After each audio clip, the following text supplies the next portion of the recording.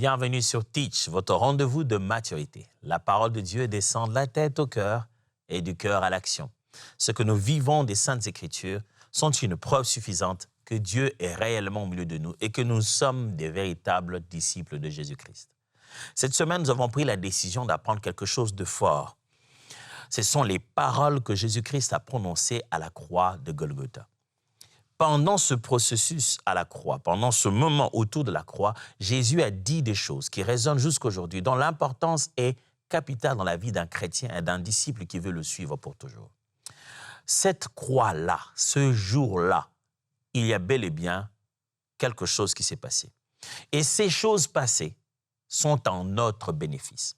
Aujourd'hui, j'aimerais qu'on parle de 3 bénéfices de la croix de Golgotha. C'est que la croix fait en notre faveur. Oh, il y en a beaucoup, mais je veux juste en parler de 3. Quels sont les avantages qu'amène la mort de Jésus à la croix de Golgotha? Alors, let's teach. Grandissons ensemble.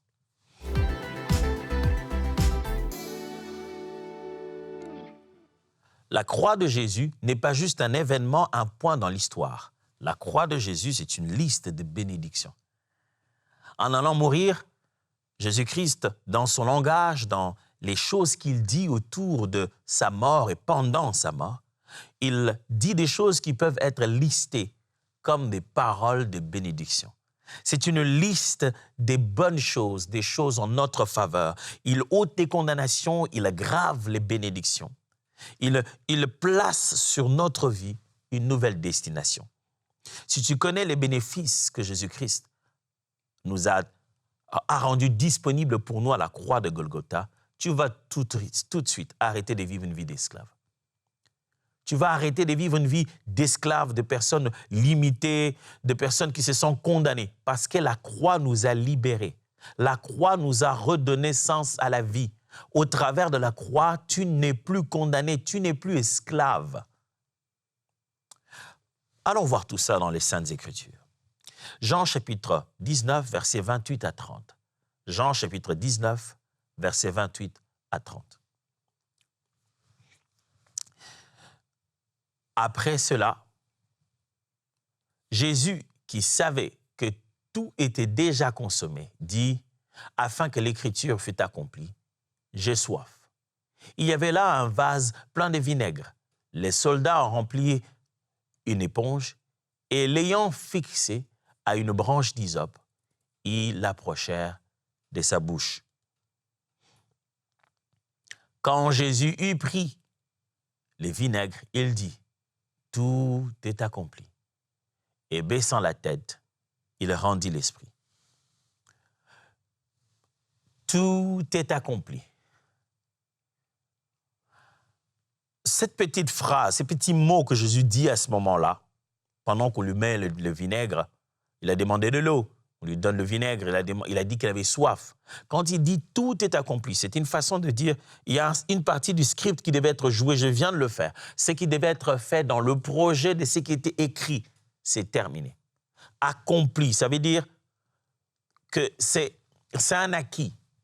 C'est pour nous quelque chose qu'il nous donne, pas quelque chose qu'on mérite. C'est quelqu'un qui a fini le travail qu'il devait faire pour nous et dit « Ok, c'est fait, tenez ». Pour nous, tout est accompli, ça signifie Jésus a terminé et nous l'a donné. Pas que nous allons le mériter. Attendez, ce n'est pas nous qui sommes en train de monter à la croix là, c'est lui.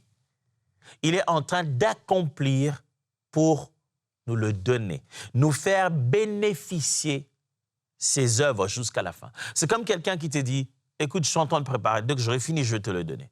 Quand il a fini, il dit, ok, c'est bon, la table est prête, tout est accompli. Moi, je vais juste bénéficier d'une œuvre que je n'ai pas accomplie. Je veux juste consommer quelque chose que lui a préparé. Deuxième texte. Romains chapitre 5, versets 1 à 2. Romains chapitre 5, versets 1 à 2. La Bible dit ceci. « Étant donc justifiés par la foi, nous avons la paix avec Dieu par notre Seigneur Jésus-Christ, à qui nous devons d'avoir eu par la foi accès à cette grâce, dans laquelle nous demeurons fermes et nous nous glorifions dans l'espérance de la gloire. » C'est au travers de notre Seigneur Jésus-Christ que nous avons accès à cette grâce. Au travers de sa mort à la croix. La croix produit la paix et l'accès. Sans peur, sans distance. On a accès à Dieu. L'apôtre dit, par qui nous avons et à qui nous devons d'avoir eu par la foi accès à cette grâce, dans laquelle nous demeurons fermes. Nous avons eu accès. Pourquoi? À cause de la paix que nous avons reçue au travers de la mort de Jésus-Christ. Mes amis, l'œuvre de la croix nous a donné accès à quelque chose. On n'en avait pas accès. Jésus, en mourant sur la croix, nous a donné accès. Il y avait quelque chose qu'on ne pouvait pas toucher. Il y avait un endroit où on ne pouvait pas se rendre. On ne pouvait pas se tenir. Jésus, après sa mort, nous a donné accès. Je me souviens d'avoir été dans des endroits où quelqu'un m'a dit « Viens, viens ». Je ne vais pas trop expliquer ici, mais il m'a dit « Viens, j'ai besoin de toi ». Mais je dis « Mais écoute, je n'ai pas le badge, je n'ai pas le billet, je n'ai rien qui me donne accès à cet endroit ». Il m'a dit « Toi, viens ». OK, je me prépare, puis j'arrive. On me dit je vais voir la liste, je montre. On me dit « Il n'y a pas mon nom ». Il m'a dit « Quand toi tu arrives, appelle ». J'appelle, on dit « Il n'y a pas votre nom ». Mais j'appelle, elle dit « C'est pas grave ». Et puis après, quelques minutes après, on me dit « Monsieur, vous appelez comment ?» Je donne mon nom. On ajoute mon nom. Il n'y avait pas mon nom. On a ajouté mon nom. En fait, tous ceux qui venaient là, s'étaient inscrits, avaient préparé, tout était fait. Mais lui m'a appelé et ce jour-là, j'arrive, il fait ajouter mon nom. Ça, c'est ce qu'on appelle te donner accès. C'est-à-dire, je n'étais même pas prévu, je n'avais même pas droit à tout ça. J'aime quand Paul dit, vous qui n'aviez ni espérance, vous n'avez aucune attente, vous qui ne méritiez rien. Il nous a juste accordé accès. On arrive comme ça, il n'y avait pas notre nom. Mais quand on le prononce et on dit au nom de qui on est là, on est inscrit. Ça, c'est ce qu'on appelle nous accorder accès en lui, par l'œuvre de la croix. Un dernier texte, Éphésiens chapitre 1, verset 7. Éphésiens chapitre 1, verset 7. La Bible dit, « En lui, nous avons la rédemption par son sang, la rémission des péchés selon la richesse de sa grâce. » En lui, rémission de nos péchés, rédemption par son sang. Souvenez-vous, le sang est versé avant même, on commence à le frapper et l'élément du sang est fortement lié à l'œuvre de la croix. La croix s'est traduite par ce pardon qui vient pour libérer les hommes. En lui, nous avons rémission, pardon face à nos péchés. Dieu nous remet nos fautes, Dieu nous pardonne par l'œuvre de la croix à cause de son sang. Mes amis, à la croix, quelque chose s'est passé. Et ça devrait nous bénéficier. J'aimerais qu'aujourd'hui, en écoutant, vous puissiez vous dire, ce qui est à moi est à moi. Je ne peux pas lâcher ce que Jésus m'a déjà donné. Justement, qu'est-ce qu'il t'a déjà donné? Parmi tant d'autres, pardon. La croix a effacé la dette. Pas seulement la honte. La croix, mes amis, a effacé la dette. Souvenez-vous très bien, la croix efface la dette. Ça signifie que tu es pardonné. Le bénéfice de la croix, Jésus en mourant à la croix, n'a pas seulement payé, mais il s'est rassuré que et enlevé son nom de là. Je ne veux même pas que quand on clique sur votre liste des endettés, que son nom se trouve. Non seulement que ça a été payé, mais il ne faudra même plus qu'il y ait des traces, qu'il n'ait jamais en réalité été un débiteur, qui n'ait jamais eu à avoir crédit ici. C'est très fort. Aujourd'hui, la banque, même quand tu as payé, il garde le record pour dire que tu as déjà eu crédit là-bas, voilà. Mais Jésus dit, enlevez même son nom dans votre liste de crédit et qu'il n'y ait jamais eu d'épreuve qu'il s'est retrouvé en dette ici. Mes amis, la croix nous fait ce bénéfice-là, le pardon. Quand le Père se souvient de l'œuvre de la croix, il nous accorde le pardon. Si tu as bénéficié du pardon, pourquoi ne pas faire bénéficier aux autres? La croix ne couvre pas les péchés. La croix efface les péchés.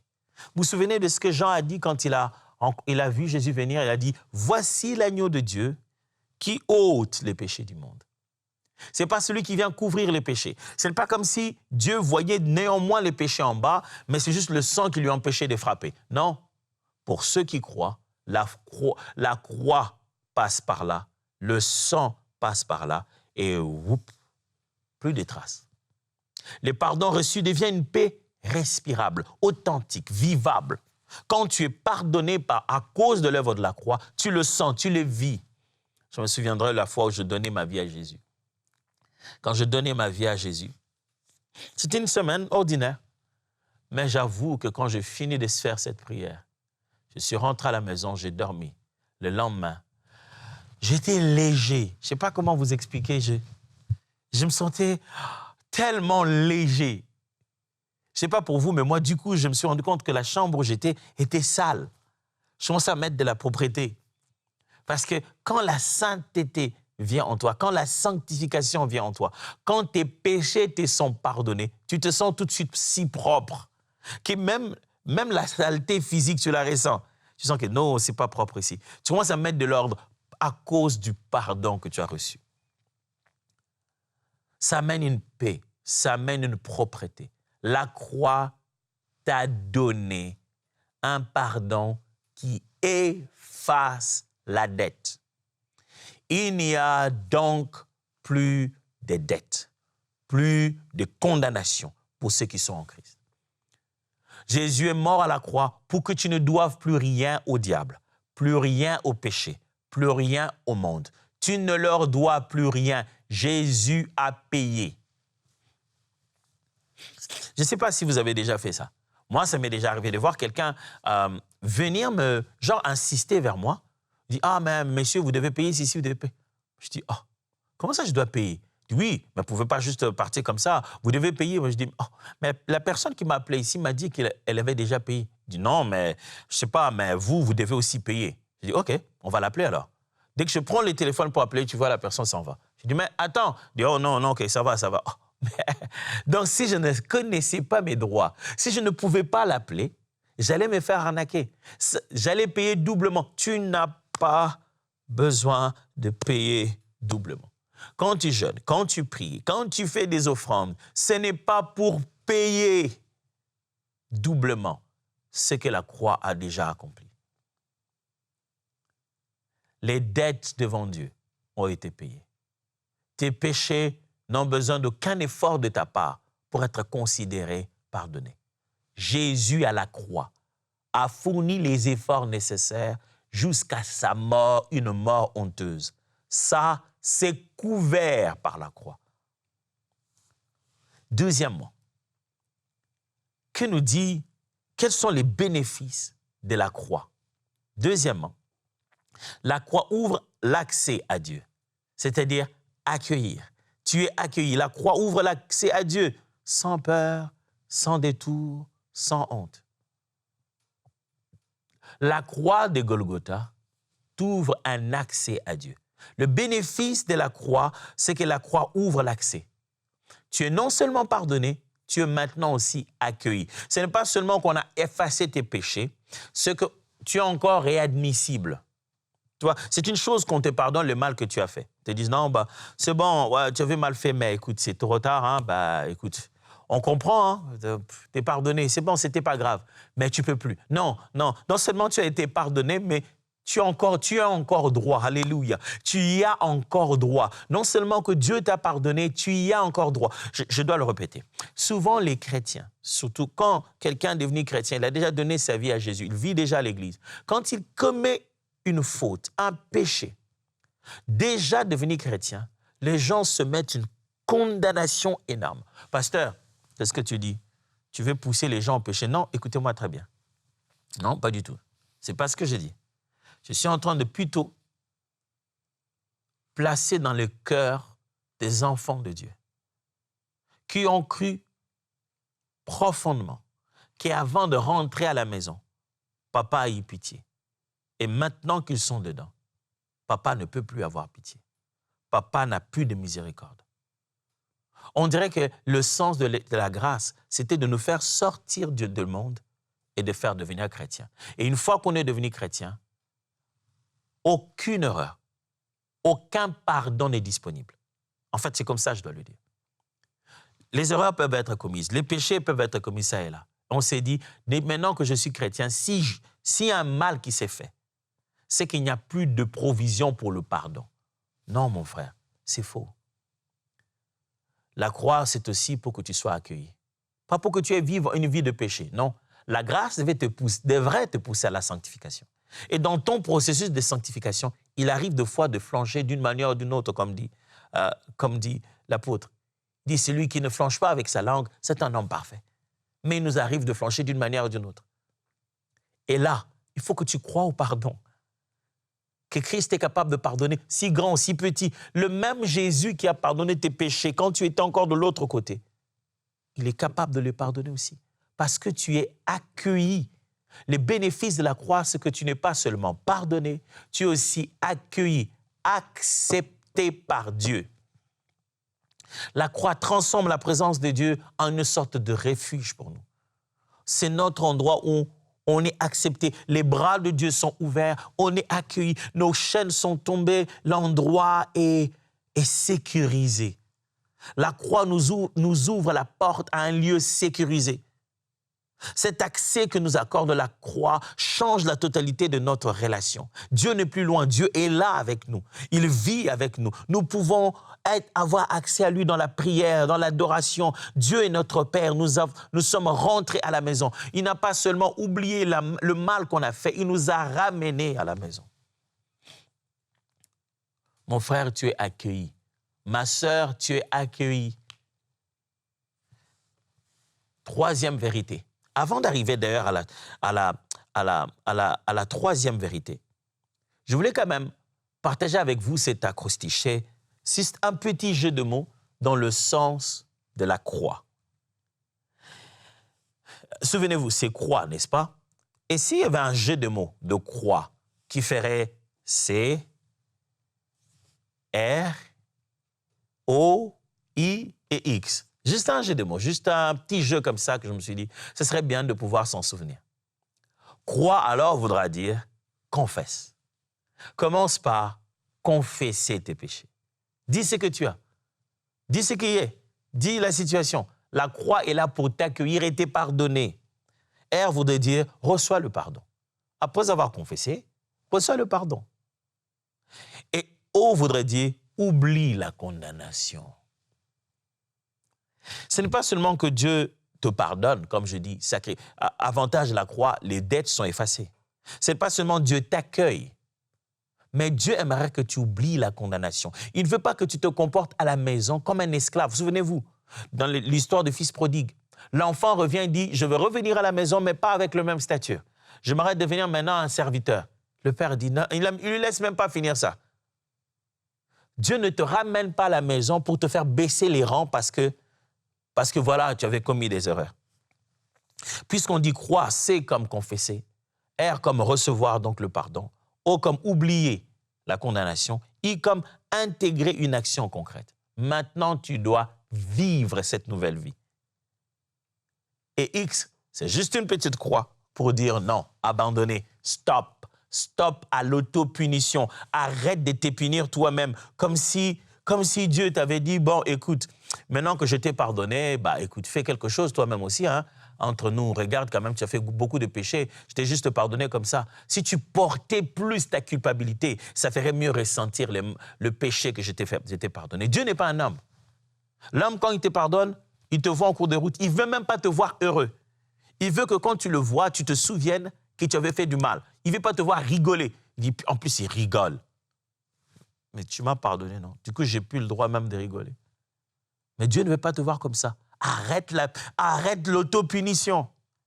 Et justement, troisième avantage, troisième bénéfice de la croix. Premier bénéfice, la dette est pardonnée. Deuxième bénéfice, on est accueilli. Troisième bénéfice, changer. La croix te donne une nouvelle identité et une nouvelle direction. La croix t'a changé. L'œuvre de la croix nous donne comme bénéfice une transformation intégrale. Une nouvelle vie, un nouveau chemin, une seconde chance, comme on dirait. Maintenant, tu es changé, tu es transformé. Ça change ta vie. La croix nous offre pardon, la croix nous offre accès, la croix nous offre transformation. Le sang versé à cet endroit fait que tu n'es plus la même personne. Aussi, la croix était comme une porte de passage. Tout ce qui arriverait par là, quand ils ouvraient la porte de l'autre côté, ils seraient totalement de nouvelles créatures. Oui, parce que l'œuvre de la croix nous accorde cet avantage de devenir complètement une nouvelle créature. Et les choses anciennes sont passées. Voici, toutes choses sont devenues nouvelles. Jésus est mort pour toi, pour que tu ne sois plus la même personne, que tu deviennes une nouvelle personne, une personne neuve, totalement nouvelle. Tiens, il y a encore un petit acrostiche encore avec ce mot-là, neuf. Tu es devenu nouveau, tu es tout neuf. Je prendrais N pour dire nouvelle pensée. Tu as une nouvelle pensée dans ta tête. Je prendrais E pour dire engagement concret. Et je prendrais U pour dire un pas des ruptures. N pour nouvelle pensée, c'est-à-dire maintenant que tu es devenu une nouvelle créature, tu es nouvelle, ça veut dire nouvelle pensée, nouvelle façon de réfléchir. La grâce de Dieu te met dans une nouvelle façon de réfléchir. Ça signifie que tu dois aussi t'engager réellement. Tu dois vivre, expérimenter cet engagement réel dans tes actions. Mais ça veut dire que tu dois le faire un pas après un autre. Un pas des ruptures. Tu romps avec le monde. Le Seigneur ne te demande pas plus. Il te demande juste un pas chaque jour pour t'éloigner du péché et t'attacher à Dieu. Et F pour parler des fruits visibles. Les véritables fruits de l'Esprit en toi. Produisez donc des fruits dignes de la repentance, dit la parole de Dieu. La croix, qu'est-ce qu'elle nous donne comme bénéfice? J'ai dit 3 choses. Bénéfice de la croix pour aujourd'hui, c'est qu'elle efface nos dettes. Nos dettes sont effacées. C'est un autre avantage. C'est que la croix nous accorde l'accès au Père. C'est un autre avantage. La porte est ouverte. Et la croix change notre vie. C'est un autre avantage. Nous sommes transformés. Plus jamais les mêmes. J'aimerais vous proposer un challenge avant qu'on se plonge un peu dans la prière.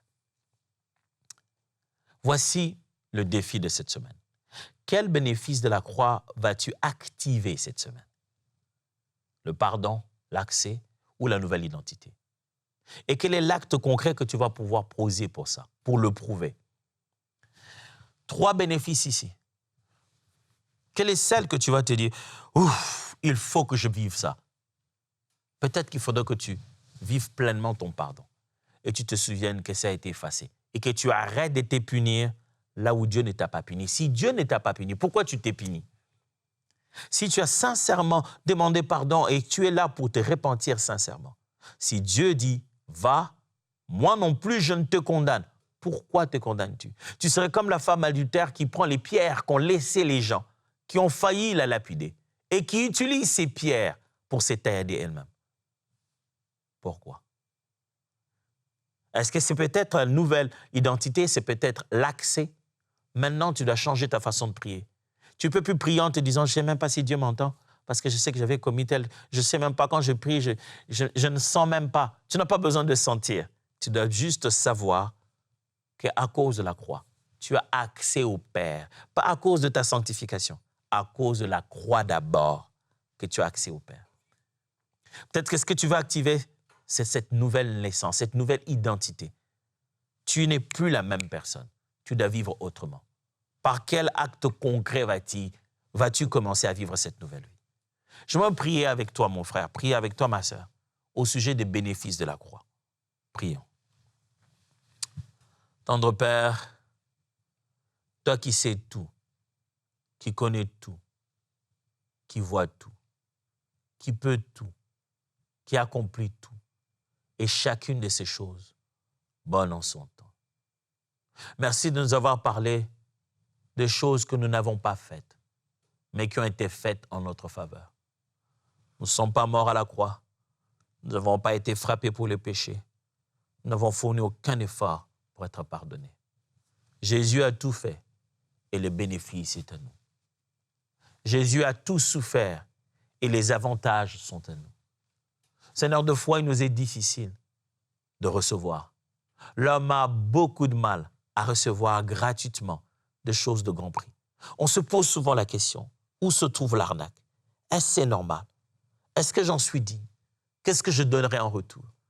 Et on commence à fouler aux pieds la grâce parce qu'on en a si peur. Pourtant, c'est vrai, c'est comme ça. C'est tout aussi simple que ça. Tu as effacé nos dettes. Tu nous as donné une nouvelle vie et tu nous as donné accès au Père.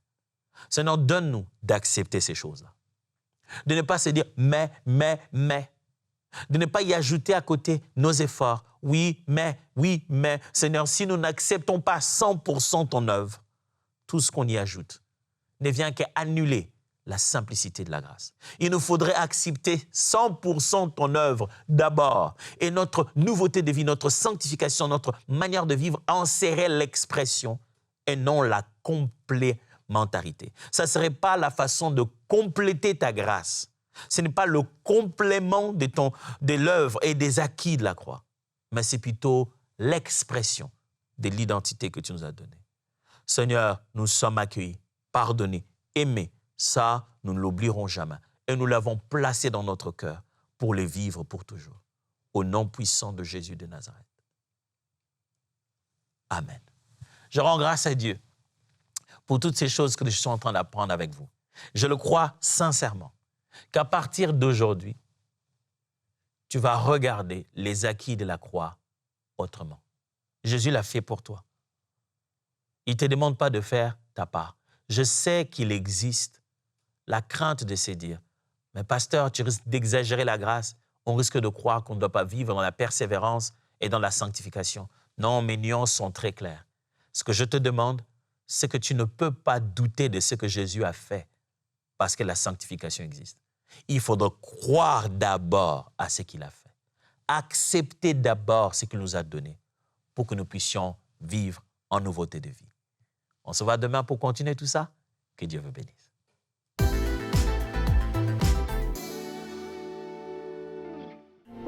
Bonjour la famille des partenaires. Une petite vidéo en direct du centre EMCI. Regarde.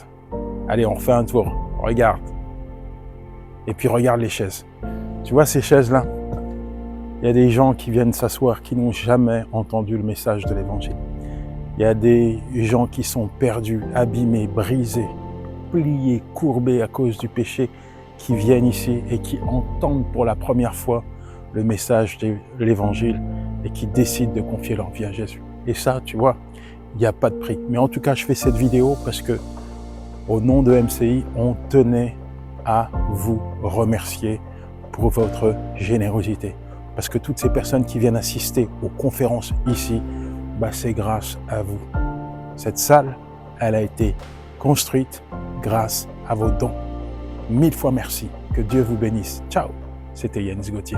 Un grand merci à tous nos partenaires qui donnent pour voir des vies transformées partout dans la francophonie.